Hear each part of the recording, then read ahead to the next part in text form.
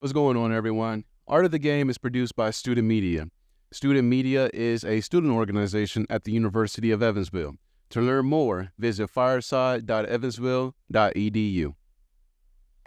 Yeah, make it look easy. Hey, stand up guy on 10 toes.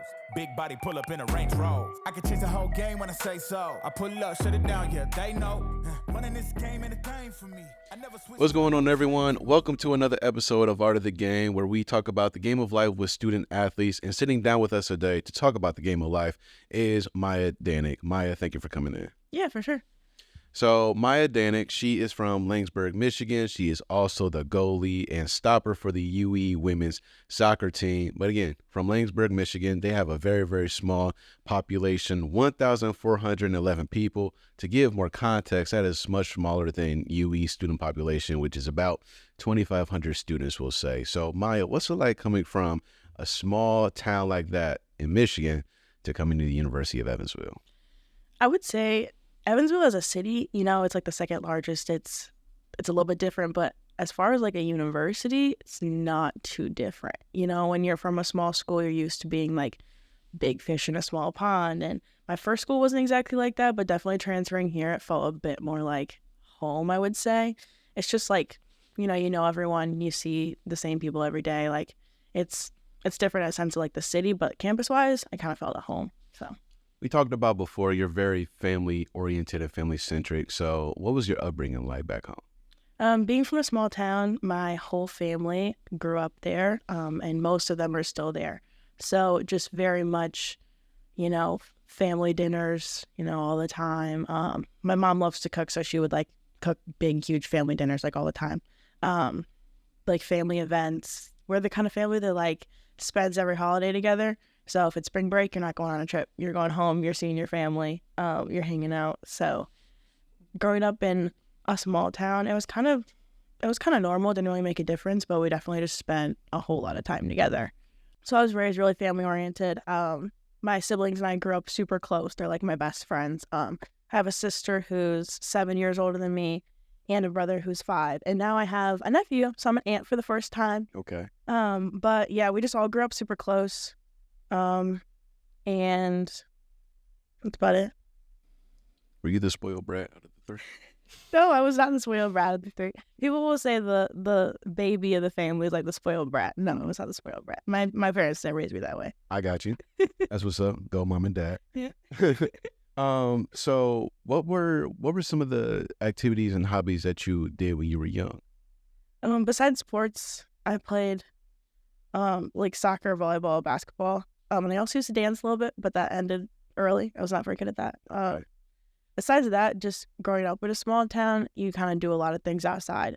Like when you're in high school and you can get to drive, like fun things to do is just driving around the town. There's not really much else unless you go like 30 minutes away. But growing up, just being outside, I lived on a lake, so going out on the boat or like going out in the water or stuff like that.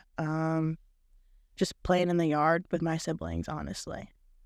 So you ended up sticking out with soccer, right, out of the 3, but basketball and volleyball, where did those interests come in?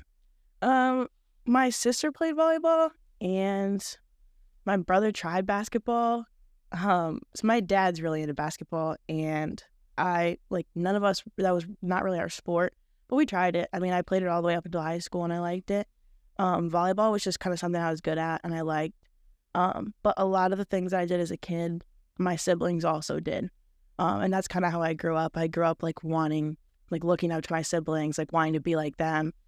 So a lot of my interests just came from wanting to try what they seemed to like. So. Like I said, soccer ended up being the one. When did that become of interest? And when did you realize like, okay, this is something that I really want to pursue? So I was a 3-sport athlete up until high school. Volleyball kind of got in the way. I couldn't do club soccer if I did volleyball, and then basketball too. So I actually played basketball my freshman year. And then once I started like committing to soccer and getting good at it, I had to, tell my parents I wasn't doing it. This broke my dad's heart. Oh, no, you know where this is going. But I had to tell my dad that I was quitting basketball, like I wasn't going to do it anymore. And it came up one day. He was like, hey, what do you what are you thinking about, like, basketball season, like, planning for it, stuff like that. And it happened to be Father's Day. And I was like, Dad, I'm not going to play basketball anymore. And that was his thing. Like, he grew up playing it. Like, he wanted to play in college. Like, that was not the best daughter moment. Like, maybe that was a spoiled brat moment. I don't know. I just forgot. I just, didn't realize that maybe that wasn't the day to tell him that you were quitting basketball. But yeah, I started, like, really committing probably 8th grade or high school. Went to ID camps, went to, like, I was on a club team. And my parents, like, really commit with me. They drove me to all the ID camps. They drove me, like, to the practices that were 45 minutes away. Like, I owe, like, being here to them. Like, they made it happen for me. Who did you play club soccer for? I played for Cap City Athletics. I started out at Chill, but Chill doesn't exist anymore. It got bought or something. I don't know. Something happened with the... Anyways, I played for Cap City, and I play for their women's team over the summer, too. So when I go home and I need somewhere to play, that's where I go. What are some of your best experiences and moments with the club? Honestly, some of my best experiences are now. I come back and coach for them. So, and that's kind of something that I want to do, like, growing up. After I get out of here, after my, like, 9 to 5, I'll do a 5 to 9 coaching. So, yeah, but my best memories with them are just, like, coming back and, like, being the coach that I had growing up. So I played for them for, I think, 4 years. And it was run by this husband and wife. Shout out Stacy and Eric. I love them. But they like invest so much in their players. And so, like, I also owe, playing college soccer to, like, their investment and making sure that I, checked out the right schools and it was going to be a good fit and stuff. But yeah, I go back every summer and I coach. I do, like, a goalie training, or I do like an assistant something. And it's nice. It's, like, good money too. But yeah, it's cool because I do, like, one-on-one goalie trainings with these kids, and they, like, still text me and be like, hey, this happened in my game, or, like, look at this save I just made, like, this is what we were working on. And so I had coaches like that I would talk to growing up, and so it's fun to go back and be that person for them. So we talked about you being the goalie, the goalkeeper, the ultimate stopper for the women's soccer team. But what other positions did you play? When I was 4 and I played with my parents, you all just, like, ran around in a big ball. So that's what I played when I was starting out. I played everywhere. And then when I was in, like, elementary, middle, until, like, 8th grade, I was a wing. I figured out later on I don't like to run around that much. But, yeah, I played the wing. Didn't score a lot, but I was running around. I was having fun. I was trying my best. And then it wasn't until, like, 8th grade, freshman year, that I really commit to being a goalkeeper. I did the goalie trainings and stuff, but I was only about, like, half and half. I would play for a half in goal, and then I would switch to the field because I didn't want to commit.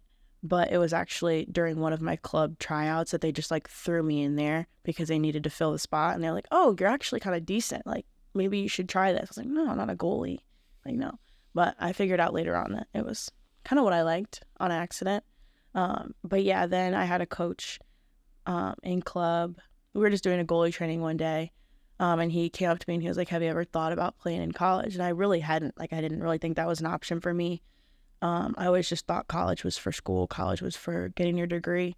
But also, like, it just wasn't a thought. Like, we didn't have anybody in our family who did it. And like I said, I kind of, like, always just looked at what my siblings were doing. And so I was like, oh no, I haven't. And he said, well, you should try. Like, you should look into it. And after that, I just completely committed to it. I was like, okay, this is cool. Like, I'm going to see what I can do, get better, like, trained a ton, went to camps, like, talked to coaches. It was kind of like an immediate switch. Like, I wasn't in my mind, and then all of a sudden it was, like, the end goal. Like, it was exactly what I wanted to do. Yeah, I'm here. What was it about the position that you ended up liking on accident? So in the beginning, you like what you're good at. In the beginning, you're like, oh shit, like, I just did this, like, it felt good. Like, it was, I don't know. I didn't really get hooked on the position until maybe high school. Just because when you play goalie, it's like putting the team on your back. You're, like, the last line of defense. You're the person who kind of like comes in and like kind of saves everyone's ass every once in a while. And I kind of made a joke about the running part, but that's really not it. Yeah, I kind of just like the responsibility and like the leadership of being back there, being the last line and like kind of taking care of everybody. Like even if you're not doing much in the game, you're still talking, you're still communicating. That's something that I really liked about here, actually. Like they really like their goalkeepers to step up into that role and step up and be a leader on the field. And that's kind of how I am with my teammates, like off the field too. Like I feel like I'm kind of like a team mom, just taking care of everybody. So One of the things I believe that we talked about was how your parents were your first coaches. mm-hmm. How was that experience? Like you're on the field or whatever. Mm-hmm. You got mom and dad as your coach. And then you go back home, it's mom and dad, but mom and dad was just on your behind like a few hours earlier. Like, how was that dynamic? So I talked about how my dad's sport was basketball and my mom did track growing up. So soccer wasn't really their sport. And by the time I played, both my siblings played growing up. So by the time I was there, they kind of already knew what was up. But for them, they actually learned the sport just to coach us. They were super hands-on parents. They still are super invested in us. And so, yeah, they learned about the game to coach us. And obviously when you're 4, I started when I was 4, you don't need to know so much about the game. My mom's thing was forward foxes and defensive dogs. That's how she got the 4-year-olds to understand the game of soccer. But it was awesome. I mean, yeah, like I said, I had a really close-knit family growing up. So mom and dad would take you to soccer, mom and dad would coach, and then we'd go back home. And so it really didn't make a difference until I was in like middle school, high school. Because then when my dad was my basketball coach, we would like get in the car on the way home and he'd be like, hey, this is like X, Y, and Z, what you did wrong. Like, this is what you need to fix. And I was like, no, Dad, I don't want to hear about it. Like, please don't. But you didn't hear that when you were 4 years old on the soccer field. So, yeah, it was nice having them. And then they were my coaches all the way up until high school. So, after high school, you're now getting looked at. You go to Oakland University, close to home, right? And you say yourself, you're very family oriented. Why Oakland? So I was looking at a few different schools in my like recruiting process. My family had never done it before. My siblings are good at like so many different things. Like my sister's an artist. My brother's super athletic, but he's a nurse now, like so smart. And so we had never had like an athlete in college. We didn't know how it worked. But my club coaches were really helpful, like helped me figure it out, helped me figure out like how to see if a school's going to be a good fit, like the things to look for, the things to ask a coach. So looking at Oakland, I liked how close it was to home. It was like an hour and a half from home. I liked the area. But I also had somebody from my high school had also gone there like 2 years before. Growing up in a small town, like we didn't have too many people like play sports outside of college, but it just so happened that she was a soccer player and she looked at Oakland. I was like, oh, let me look here. Like she seems to like it. Shouldn't have done that. We didn't hit it. Maybe you can cut this part out. I don't know, but we didn't hit it off in high school. So I don't know why I thought it'd be a good idea to look at the school that she looked at. No fault to anyone. We didn't hit it off. But yeah, the coaches made it feel like home, and the players did a really good job recruiting. They know what they're doing. They pull on all the heartstrings, all the family first, stuff like that. But I liked it. It was no, I didn't. But I met my boyfriend there, and I met my roommate there that I still like. I just went to Nashville to visit her. Like she's gonna be like one of those forever friends. So. Everything happens for a reason, and that's why Oakland. But I was like, oh, I need to get out of here. I need to transfer somewhere else. So we just discussed a little bit of your time at Oakland. Question real quick though, during their March Madness run, were you rooting for them?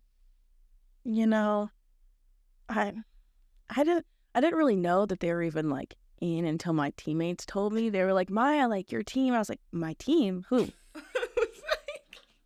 But I mean, yeah, because you might as well say like I came from there, but like you don't stick around. I don't know.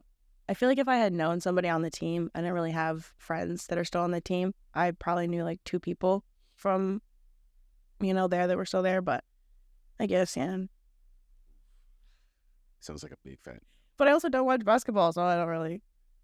Yeah. I'll give you that. I watched the women's game. Women's bought out this year. Women's tournament was very fun. So you leave Oakland for reasons as you stated. What was that transfer process like, and why did you pick the University of Evansville? They make the transfer portal seem like a black hole. Like when you hear like transfer portal, it sounds like so scary. Basically, you're just not on a team for a while, and you just get some emails, you send some emails. Like it's not as scary as I thought it was gonna be. But yeah, when I sat down and said that I was looking to transfer, and then got put in the portal, I like had no idea what I was doing. First of all, recruiting and committing to schools and stuff is awful the first time. So why would you ever want to do it again? It's awful.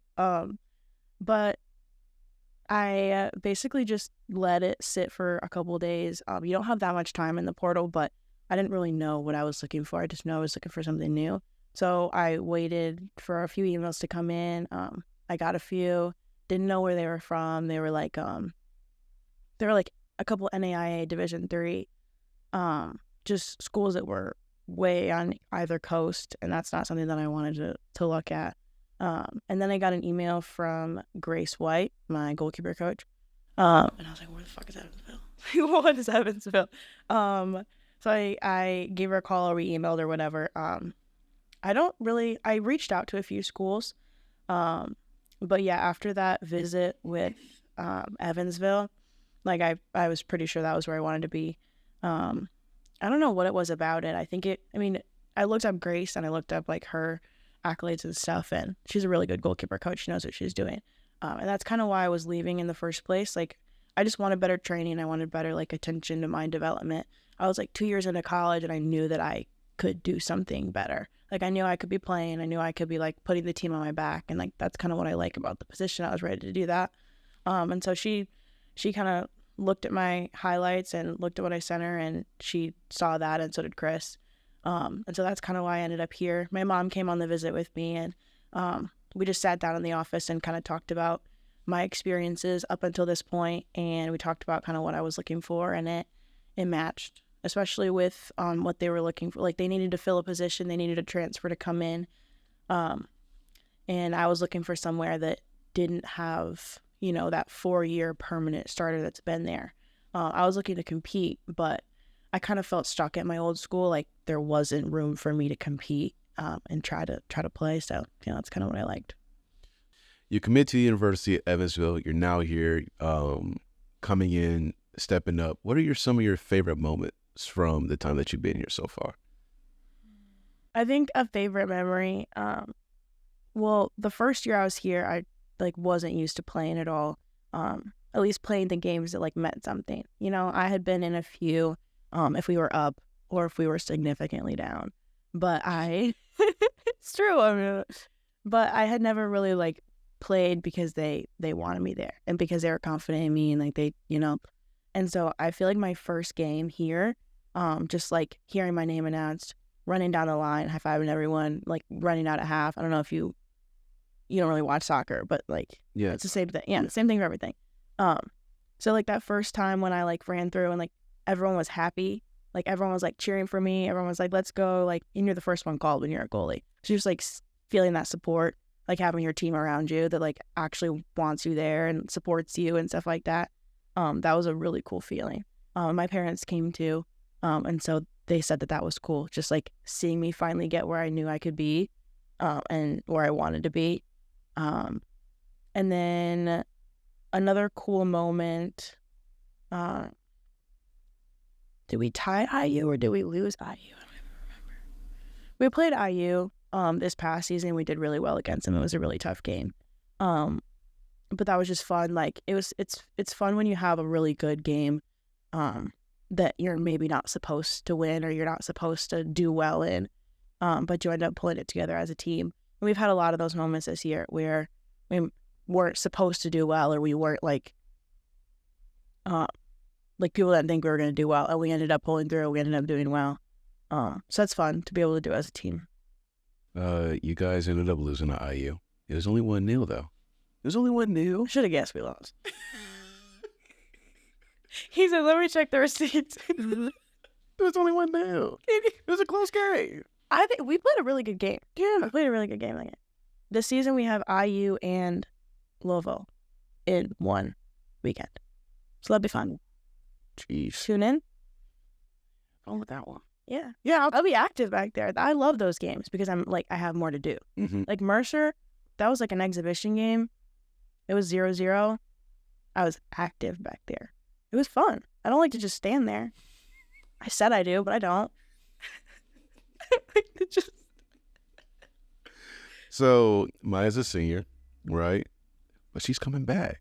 Oh, yeah. She said job's not finished. I did say that. She said, we got one more time. I'm going to spin the block. Mm. So what was the thought process behind that?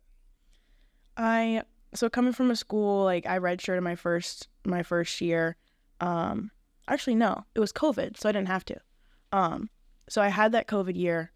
And if you would have asked me 2 years ago if I would have used it, I would have said no. I thought I was done with college. I was like, okay, I had my fun little 4 years. I'm ready to move on. But once I got here and I started like growing as a player, I started getting better.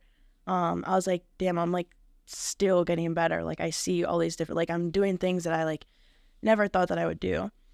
And so I kind of felt like you said, like the job's not finished. Like I really see good things for this team and I really want to be a part of that. And also transferring from a public school to a private school, I lost a credit for every class I took. So like there were 4 credit classes there and 3 here. So I lost a credit for every single class I took for 2 years. So I need this, extra little super senior semester to graduate. And I do plan on getting my degree. So I got to stick around. And then soccer is just like icing on the cake. Like you just get to stay and you get to do what you like. And yeah. So Maya, after the super senior semester, you're also a communications major. What's the next steps? What are you planning on trying to do with that? I'm not sure yet. Part of the reason I took the super senior year was because I wasn't quite ready to figure out exactly what I want to do for the rest of my life, or at least the next part of my life. But I really like what I'm doing here. I've been getting into like video journalism, and writing and stuff like that. So I'm interning this next semester.